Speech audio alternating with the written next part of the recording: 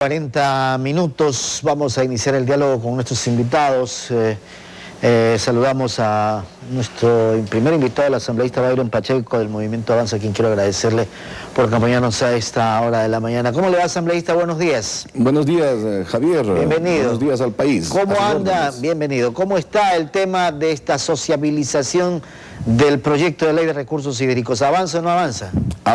Avanza porque la Constitución de la República y una sentencia de la Corte Constitucional así lo dispone. No podemos dejar de lado aquella norma del artículo 57, numeral 17 de la Carta Magna, que establece que cuando se trata de un proyecto de ley que pudiera afectar a los pueblos o comunidades campesinas, estos deberán ser consultados a través de una consulta prelegislativa. Existe también esta sentencia constitucional del 2012 que manda para que cumplamos de esa manera. La Asamblea Nacional lo viene haciendo de manera efectiva y de manera objetiva a través de la Comisión de Soberanía Alimentaria, la preside Miguel Carvajal, de la cual Byron Pacheco es miembro, y hemos recorrido el país, hemos estado prácticamente en un 80% ya del país, a través de audiencias públicas en las que damos a conocer el texto de la ley de aguas o de recursos hídricos, y por supuesto les estamos consultando a los comuneros y a los campesinos.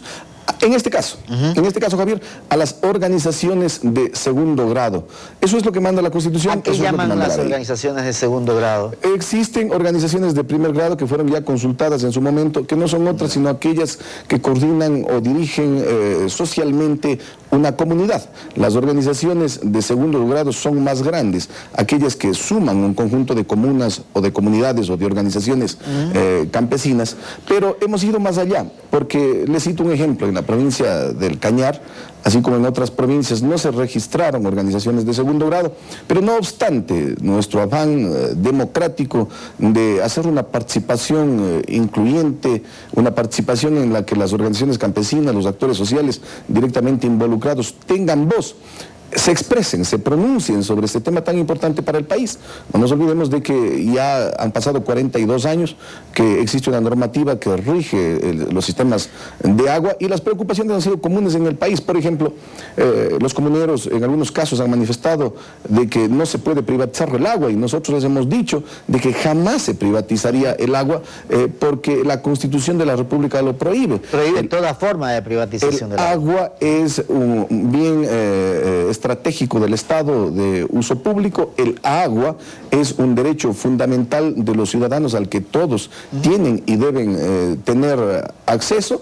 Aquí también ha existido otra preocupación. ¿Cuál es? La de que van a desaparecer las juntas de agua, ¿Y van a desaparecer las juntas de regantes.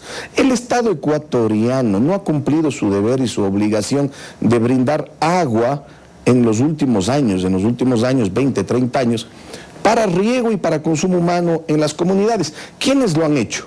Las juntas de agua. ¿Quiénes lo han hecho? Las juntas de regantes. ¿A través de qué? De la minga, del esfuerzo, del trabajo realizado en las madrugadas, en los anocheceres, desde los páramos, cuidando las fuentes de agua, cuidando los páramos, protegiendo los humedales, realizando canales de riego. Así es que las juntas de agua y las juntas de regantes no van a desaparecer, tendrán autonomía administrativa, y Byron Pacheco está proponiendo en los próximos días a la Comisión de que no solamente tengan autonomía administrativa, sino que el Estado ecuatoriano venga ya a cumplir el rol que le corresponde y a entregar recursos a estas organizaciones que trabajan en bien de un importante sector, de una gran mayoría de los ecuatorianos. ¿Cuáles son esos nudos críticos, aparte de lo que ya usted ha señalado, Byron, de este proyecto de ley? Eje fundamental de este proyecto de ley, la redistribución equitativa del líquido vital del agua. No puede ser posible de que la actual normativa haya permitido de que a través de concesiones se dé el acaparamiento, ya sea individual, de algunas personas que, por citar un ejemplo, en determinada zona geográfica tienen una concesión para tener 400 o 500 litros de agua por segundo para regar una hectárea, cuando lo que se necesita es medio litro o 1 litro.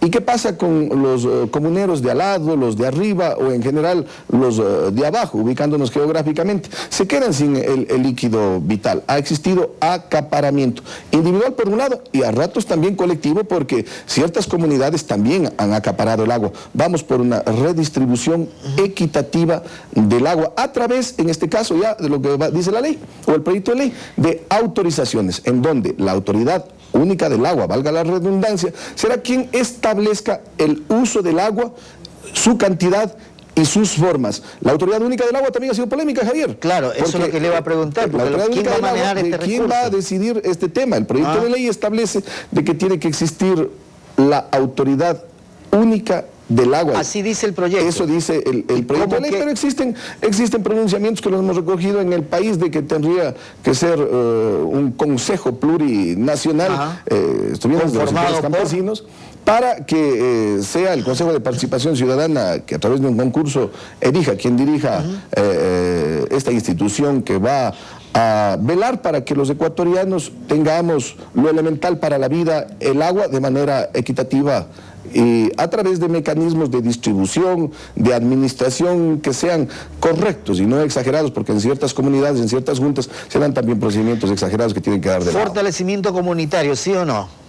Por supuesto. Ya, lo otro. No como una dádiva, sino como la cristalización de un derecho al que, en base a la lucha, en base al esfuerzo, en base al sacrificio, lo han logrado tener las comunidades campesinas. El futuro de las aguas termales, ¿cómo va a quedar eso? Mire, las aguas termales y todo tipo de aguas, Javier, tendrán un proceso de administración pública y de administración comunitaria, y será la Autoridad Única del Agua, aquí va la diferencia con el viejo país, ¿no?, quien determine el uso y la cantidad del agua. ¿Y el de las embotelladoras? Bueno, estamos hablando de que también existe un orden de prelación que establece la Constitución y que lo recoge la Ley de Recursos Hídricos. ¿Cuál es el orden de prelación? Primero, para el uso y consumo humano. Segundo, para consolidar de manera efectiva la soberanía alimentaria, para el riego, para los abrevaderos de animales. En tercer lugar, para los caudales ecológicos. Es una figura nueva que lo contempla la Ley de Recursos Hídricos. Los caudales ecológicos permitirán, por ejemplo, que en verano las quebradas, las acequias, tengan caudales mínimos de agua para proteger el entorno natural, el ecosistema, la biodiversidad, y luego viene también para la producción y para la productividad. Claro. Allí está respondida su pregunta respecto de las embasadoras de agua. Asambleísta, quiero agradecerle por haber estado con nosotros esta mañana. Que tenga buen día. A usted por la invitación, gracias. Gracias a Byron Pacheco, asambleísta, miembro de la Comisión de Régimen Alimentario, a propósito de esta sociabilización del proyecto de ley de aguas. Una pausa, regresamos enseguida.